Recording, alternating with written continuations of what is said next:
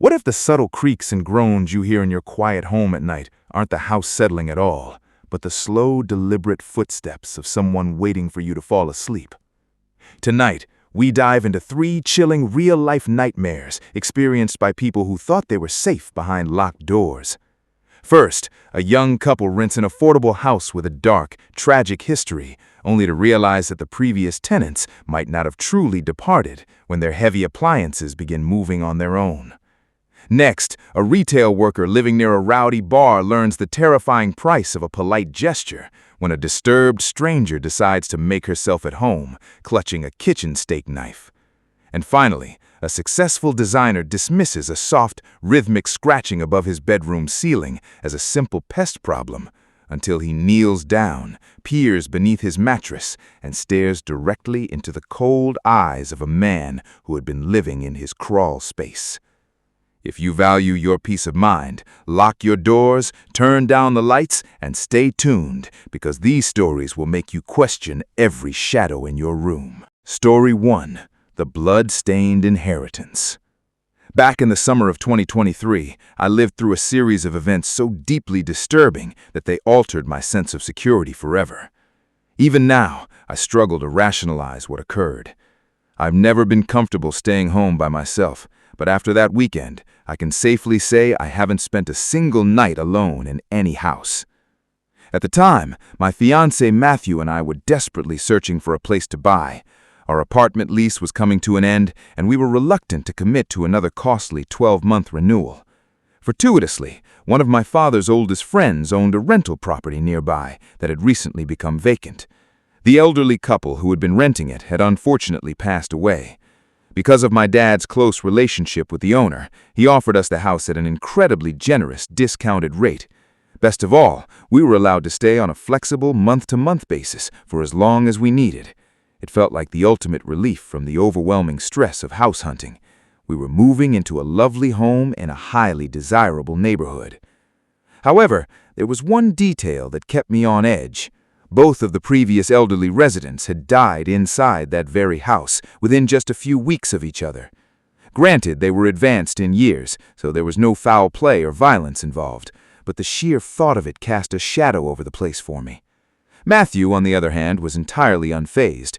His focus was solely on the bargain rent, and being a pragmatic man, he had no belief in residual energy or hauntings.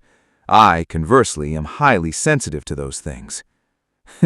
When we first settled in, Matthew would relentlessly tease me about my paranoia. He would go around the house making dramatic, theatrical ghost noises just to get a reaction out of me. To be fair, Matthew is a wonderful partner, and despite making him sound like an insensitive jerk, he was honestly just trying to lighten my mood. Still, whenever his jokes went a bit too far, I made sure to put him in his place. Upon moving in, the house was covered in an incredibly outdated, ugly tan carpet.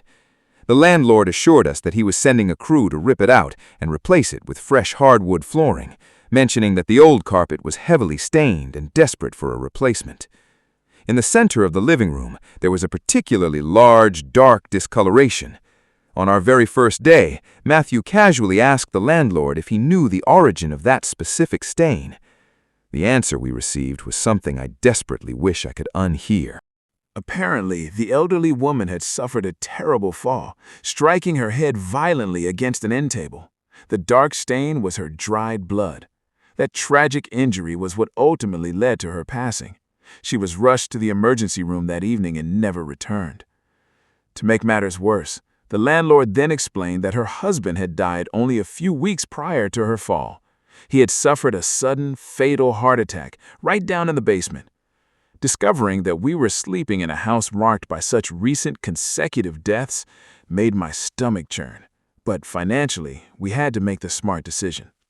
Just 2 days into our stay, the flooring crew arrived to replace the carpets.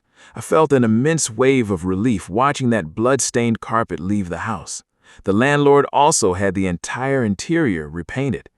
It is amazing how much a fresh coat of paint and clean floors can change the atmosphere of a home. The oppressive energy seemed to vanish. To add to my peace of mind, a modern security system was installed. It was one of those highly sensitive systems that announced every movement, chiming a loud computerized voice saying, "Front door open," whenever the threshold was crossed. It became annoying incredibly fast, but despite the irritation, the constant monitoring made me feel secure. After a month of peaceful living, the weekend arrived when Matthew had to travel out of town for his bachelor party. I felt a slight twinge of anxiety about being left alone for 2 consecutive nights, but the house had begun to feel familiar and safe. Plus, I had Bruno, our loyal Australian cattle dog, to keep me company. On Friday, July 7th, I left for my morning shift at 7 a.m., kissing Matthew goodbye. He was set to depart a few hours after me and wouldn't return until Sunday afternoon. When I got back home that evening, a strange, inexplicable heaviness hung in the air. I tried to dismiss it, convincing myself that it was just a standard anxiety of being alone in a large house. To comfort myself, I ordered my favorite Thai takeout, which Matthew can't stand, and queued up episodes of The Office. I stayed cozy on the couch, letting the familiar show soothe me until my eyelids grew heavy. It was close to midnight when a peculiar sound broke the silence. It was coming from the basement. I kept telling myself that older houses naturally warp and creak as the temperature drops at night. I shut off the television and stood up to head for the bedroom. Right then, Bruno bolted toward the basement door and began barking aggressively. This was entirely out of character for him. Bruno was an incredibly protective but usually silent dog. He rarely barked, preferring to emit soft, low howls when he wanted attention. But tonight, his bark was sharp, frantic, and filled with tension. I tried to quiet him, stroking his back, but his muscles were completely rigid. Against my better judgment, I reached out, slowly unlocked the basement door, and flipped the light switch. Bruno instantly stopped barking, his stance lowering into a menacing, guttural growl. I took a breath, intending to take a few steps down to prove to myself that nothing was there. But then the memory of the elderly man dying of a heart attack on those very basement floors flashed through my mind. Fear paralyzed me at the top of the landing. I couldn't bring myself to look down into the dark. Instead, I held my phone out and snapped a quick photo of the staircase, but the darkness was too dense for the lens to capture anything. With Bruno still growling in a state of high alert, I quickly shut the door, locked it, and retreated to the bedroom. Eventually, Bruno joined me, leaping onto the bed. He had stopped growling, but he refused to lie down. For the rest of the night, he sat rigidly at the foot of the bed, his eyes locked onto the closed bedroom door. His silent vigilance was far more terrifying than his barking. I barely slept a wink, expecting the doorknob to turn at any second. The next morning, I brewed a strong cup of coffee and tried to shake off the dread. I decided to occupy my mind by tackling the household chores I had put off. I gathered a large bundle of dirty laundry and walked down to the utility area. When I stepped inside, my heart stopped. The heavy washing machine had been violently pulled away from the wall by several feet. It wasn't just slightly askew. The massive metal unit was practically sitting in the dead center of the room. I dropped the laundry basket and backed out of the room, my mind racing. How could a machine that heavy move so far forward without making a sound? Once I managed to calm my breathing, I inspected the appliance. There were no broken pipes, no leaks, and nothing else seemed disturbed. I had to strain with all my strength to push the heavy machine back into its slot. It made a loud scraping sound against the concrete. There was no way that could have happened during the night without waking me. Though I was completely terrified, I forced myself to get through the rest of my Saturday checklist. I called Matthew and detailed everything that had happened. I could hear the skepticism in his voice, but he was sweet enough to pretend to take it seriously, offering logical explanations for everything. He promised they would cut the trip short and drive back first thing in the morning, aiming to be home by late Sunday forenoon. That evening, I repeated my routine. I locked every entrance, made a simple dinner, and huddled on the couch with Bruno, keeping the TV volume high. At exactly 9 10:18 p.m., a deafening sound reverberated from the front of the house. It was so intense that it made me jump off the couch, completely drowning out the television. It sounded like a massive localized explosion. Seconds later, my phone vibrated with a push notification from our smart security app. The garage camera had detected motion. With trembling fingers, I opened the live feed. The footage showed our heavy garage door wide open. This was impossible. We never used the garage for our vehicles because they were too large, using the space strictly for locked storage. In the recorded clip, bright, erratic flashes of light illuminated the driveway. It looked and sounded exactly like commercial fireworks exploding right outside. Holding a flashlight, I cautiously unlocked the interior door leading to the garage. I peered through the open garage door onto the driveway. The night was dead silent. I walked out onto the concrete, but there was absolutely nothing there. No smoke, no smell of gunpowder, and no debris from fireworks. It was completely pristine. Shivering, I manually pressed the wall button to close the garage door, locked the entry, and ran back inside. Trying to sleep after that was an exercise in futility. My heart was pounding against my ribs, and my mind was trapped in a loop of terrifying scenarios. Was there some unseen, malevolent presence inside the house, or was a real physical person playing a sick psychological game with me? I got out of bed 3 separate times to double-check the deadbolts and verify that the security system was fully armed, just like the night before. Bruno stood guard at the bottom of the bed, staring at the door, occasionally letting a light growl slip. Eventually, I fell asleep. Suddenly, a violent, chaotic pounding on the front door jarred me awake. I checked my bedside clock. It was 3:39 a.m. The bedroom door was firmly shut, and Bruno was pacing the room, his low growls vibrating through the mattress. I lay frozen under the sheets, unable to draw a breath.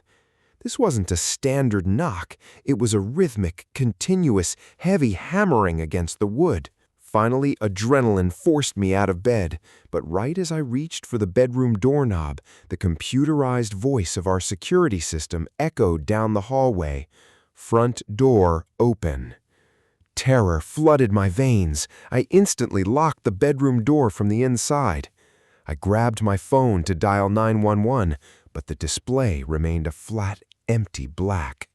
I sank onto the floor, tears finally spilling down my cheeks. Then, in the dim light of the bedroom, I watched the brass doorknob slowly begin to rattle. It was shaking violently. I screamed at the top of my lungs, "Go away! Get out of my house!" I ran to the window, managed to find my old backup iPad in a drawer, and used the emergency call feature to contact the police. Within 10 minutes, 2 patrol cars pulled up to the driveway. When they cleared the house, they found no intruders. However, the heavy front door was standing wide open, swinging gently in the night air. Absolutely nothing of value had been touched, and there were no signs of forced entry. I showed the officers the garage camera footage on my iPad. They dismissed it, claiming it was just neighborhood teenagers setting off bottle rockets, despite the lack of physical evidence on our driveway.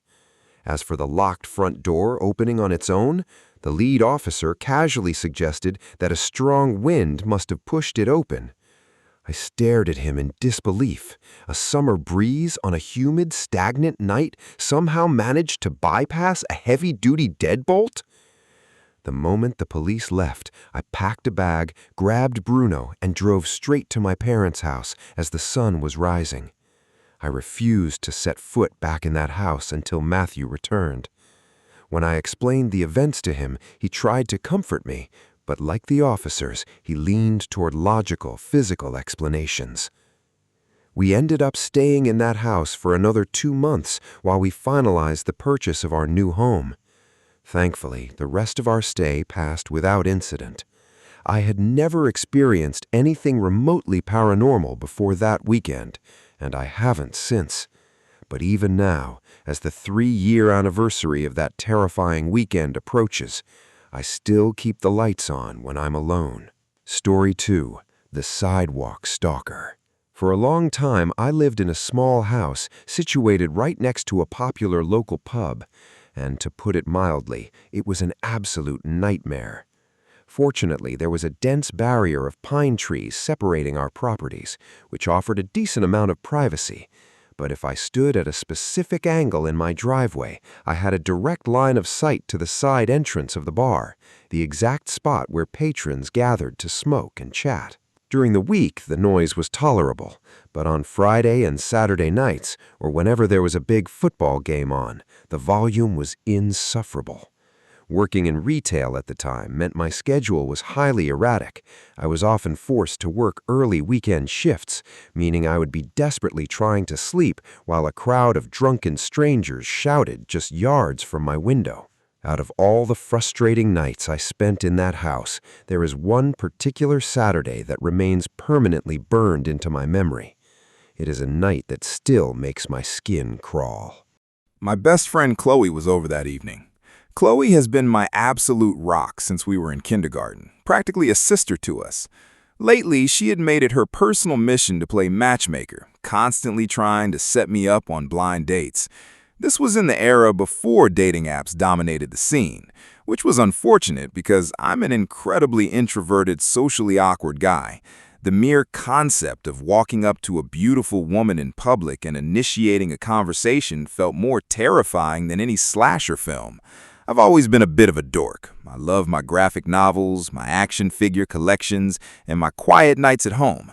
Meeting people is incredibly difficult when your entire personality revolves around being a homebody. Chloe was determined to break me out of my shell, but her matchmaking attempts had yielded zero results. On this particular night, Chloe had come over for a home-cooked dinner.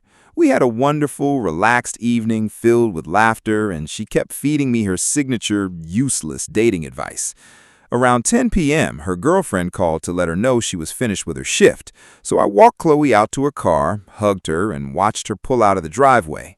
As her taillights disappeared down the road, the rowdy noise from the pub next door caught my attention. I glanced over the tree line and noticed a lively group of about 7 or 8 women laughing and drinking by the side entrance. Their voices carried clearly through the crisp night air, and I could easily make out their drunken banter.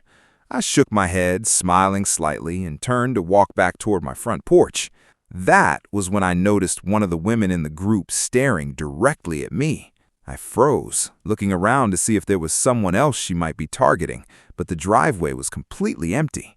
Her gaze was locked entirely on me. I stood still, unsure of how to react. Slowly, the rest of the group finished their cigarettes and began filtering back inside the warm bar. But this particular woman remained behind. It was almost as if she wasn't actually part of the group, but had just been hovering near them. Then she raised her hand and waved. There was absolutely no mistaking it now. She was waving at me. I hesitated, keeping my hands in my pockets. Seeing my lack of response, her waving became incredibly frantic and aggressive, her arm whipping back and forth. I hesitantly waved back, and she reacted by blowing a dramatic kiss in my direction. I offered a forced, polite smile and quickly retreated inside, locking the door behind me. I assumed she was just a harmless, heavily intoxicated patron who had enjoyed a few too many drinks. Trying to put the odd encounter out of my mind, I turned on my console and lost myself in video games, enjoying the rare luxury of having the entire Sunday off. It felt like the perfect, peaceful night. But at around 1:30 a.m., a soft, deliberate knock sounded at my front door. I instantly paused my game, the sudden sound making me tense. I sat in silence, and a moment later, the gentle knock repeated. I wasn't entirely panicked. Given our proximity to the pub, it wasn't uncommon for drunk patrons to wander onto my porch by mistake. It was an annoying quirk of the location that I had grown used to. To be safe, I quietly stood up, walked to the hallway, and peered through the narrow glass window pane beside the door. The porch was completely empty. No one was there. I let out a breath, assuming whoever it was had realized their mistake and wandered back to the bar. Still, the late-night interruption had made me restless. I decided to close the game and sat on the sofa scrolling through my laptop.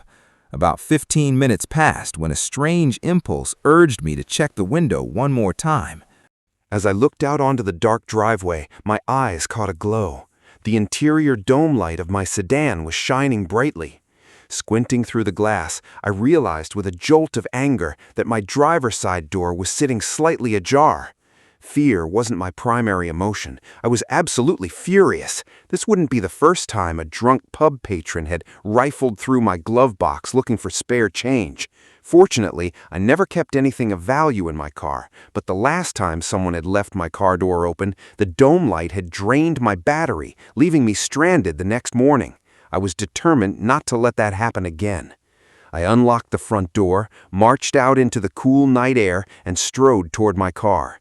I threw the back door open, scanning the floorboards to ensure no one was passed out in the rear seat. Finding the car empty, I slammed the doors shut, clicked the lock on my key fob, and hurried back inside.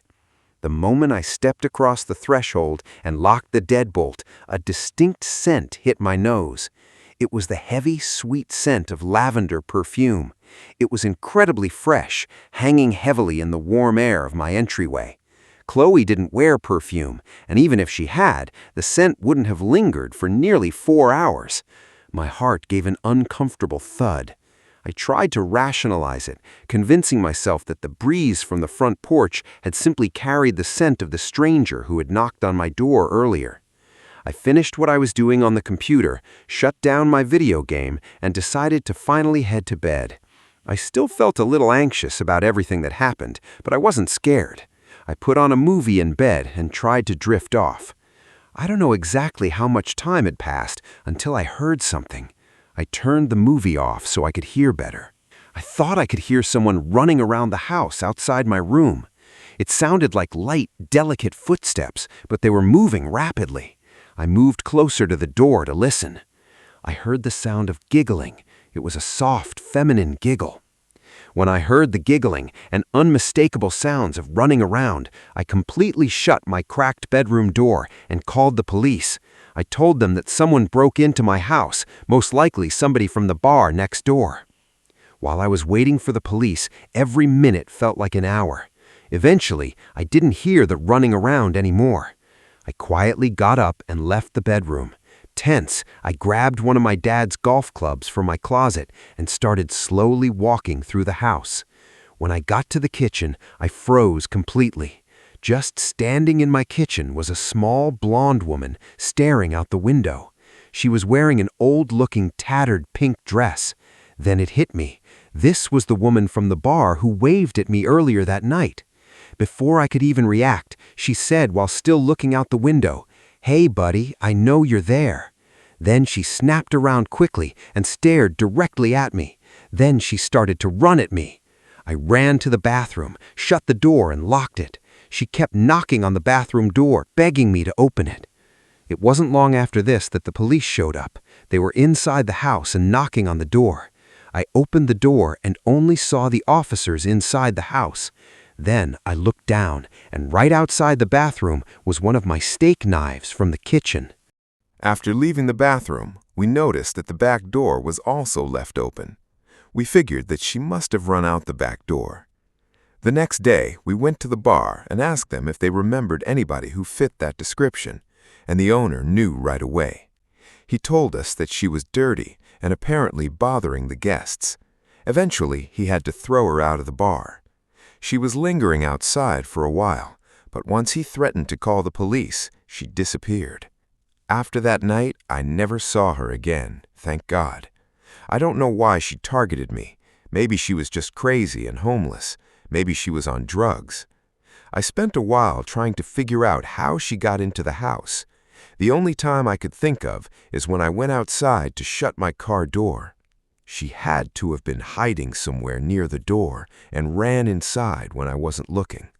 I'll never forget that night. Thankfully, nothing serious happened, and I'm able to tell my story. I just hope that this woman got the help that she needed, and that she isn't terrorizing more people. Story 3. The Crawl Space Resident. I've spent most of my life being alone. That's not a knock on anybody in my family or past relationships. It's just that I've always thrived when I'm alone. Whenever I date, I end up breaking off the relationship before it gets too serious. This isn't a pity party either. That's the way I've always liked it. Being able to focus on myself, I've been able to build my company and find success. My job allows me to travel all over the world and meet people from every walk of life. Basically, I'm kind of like an interior decorator. I meet with clients, talk about ways to design rooms, and help them achieve their vision. I'm currently in my mid-30s, and for the first time in my life, I have a roommate. Last year, something happened to me, and now I never want to be home alone again. Here's why. Years of grinding allowed me to save money, so I was able to buy my dream home. I moved into the house 6 months before the events of the story took place. By this time in my company's life, I was fortunate enough to be able to pick and choose my clients. Because of the high demand, I unfortunately had to turn a lot of people down. With the success of the company, I spent a lot of time working, even when I was home. Unless I was meeting with a client somewhere else, I did most of my work right from my home office. A few months after I moved in, I started hearing this weird noise when I was working in my office. I didn't hear it all the time, just sometimes. The noise was like a shuffling sound. I realize that's vague, but that's exactly what it sounded like. Imagine the sound of someone pushing a box in a room next to you. That's kind of what it sounded like. The shuffling was always brief, but loud enough that it would break my concentration whenever I would hear it. I felt like I was losing my mind. I'd hear the noise, I would stop whatever I was doing and run around the house. Once I proved to myself that there was nobody walking around upstairs, I thought it had to be squirrels that must have gotten into the siding of the house. I remember when I was growing up, a bunch of squirrels got under the roof in my parents' house, and it would keep me up all night. Anybody who has had this happen to them knows how much of a pain this can be. Not just because they can be annoying running around, but because of the damage they can cause. Once I had my squirrel revelation, my mind was at peace for a little while. I figured I would just take care of it when I had some time. The noise continued for a few more days. Every time I heard the noise, I would write myself another note to remind me to call someone about the squirrels. I had so many other things on my plate that calling someone to deal with this was the least of my concerns. A few nights later, I worked a lot later than I usually would. I didn't get off of my computer and into bed until after 2 in the morning. While I was lying in bed trying to go to sleep, I heard the shuffling sound again. This was the first time I heard the sound at night. I tried to ignore it and just go to sleep, but this shuffling sound was different from the one I would hear from my office. Usually I would hear the quick shuffle and then nothing, but now this sounded like continuous movement. It annoyed me enough that I got up, stood on my bed, and tried listening through the ceiling. The shuffling sound stopped, but I heard something worse. I swear I could hear breathing. Just thinking that seemed ridiculous to me. Then I remembered that my house has a crawl space in it that's like a small attic. The crawl space was very small and kind of hard to even get to, that I didn't even use it for anything. It dawned on me that my crawl space was directly over the bedroom. I was terrified. If it was breathing that I heard, I didn't want to think about what that meant. Even though I was scared now, deep down I still thought I was dealing with squirrels. I got myself hyped up to at least look at the crawl space. I had one of the pull-down strings on the ceiling that released a ladder that led to the crawl space. The string was usually secured next to the door. I was short enough that I had to get a chair to stand on just to release the string so I could pull it. I started to pull the string hard because I thought it might have just jammed. Finally, it opened and I slowly went up the ladder. All I did was poke my head into the crawl space and look around quickly. I didn't realize how scared I was until I was actually on the ladder. It was dark, and I didn't see anything except for 2 giant beams on each side of the crawl space. After my quick glance, I shut the crawl space door. I was starting to scare myself. I went into the living room and turned on the TV. I couldn't sleep. I just kept thinking about someone being in the crawl space, hiding behind one of those beams. At least with the TV on, I could try to distract my thoughts. I started to doze off eventually. While I was going in and out of sleep, I thought I heard the sound of a door creaking open. The sound was jarring enough that it woke me up instantly. I jumped off the couch and scanned the entire room. I didn't see or hear anything at first. I took a few steps from the living room into the kitchen. I still didn't see anything out of the norm. I walked out of the kitchen and into the hall. At the end of the long hallway was my office. Since the hallway was pitch black, I turned on the light. I half expected to see someone standing at the end of the hall once the light was on. I was so on edge by this point. I slowly continued down the hall and into the office. Once again, everything seemed fine. After finishing my search downstairs, I slowly made my way upstairs. Right away, I noticed that the pull string was dangling down, and even more terrifying, it looked like it was slightly swaying. I thought it had to be my imagination.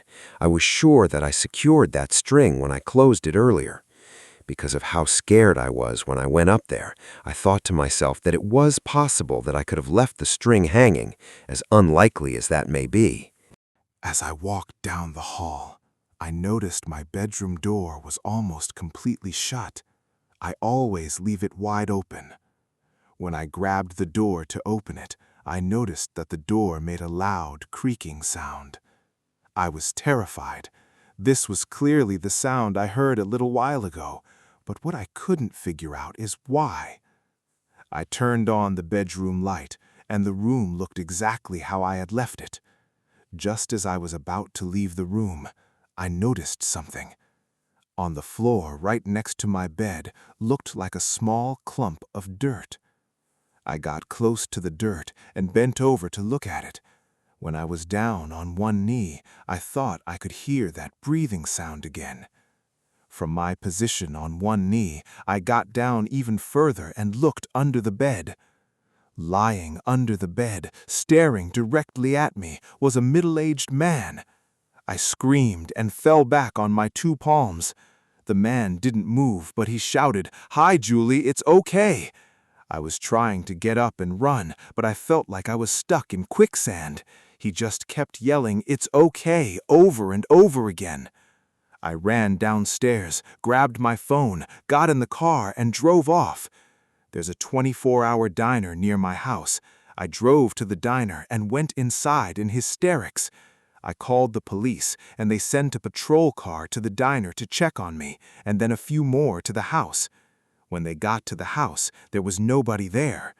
They searched the entire house thoroughly and didn't find him. When they searched the underbed, they found several empty water bottles and a small pillow behind one of the pillars. I ended up staying at a motel for almost a month. I was terrified to go back home. I spent a lot of money on home surveillance after that. It's been a year, and that person never resurfaced. I don't know where he went, but I know he's still out there lurking somewhere. I eventually discovered his identity. He was an estranged former associate of my family who had developed a dangerous obsessive fixation on me years prior. He had managed to copy a key to my back door before my move-in. I still live in that house, but I never sleep without checking my cameras, and I never, ever stay home alone.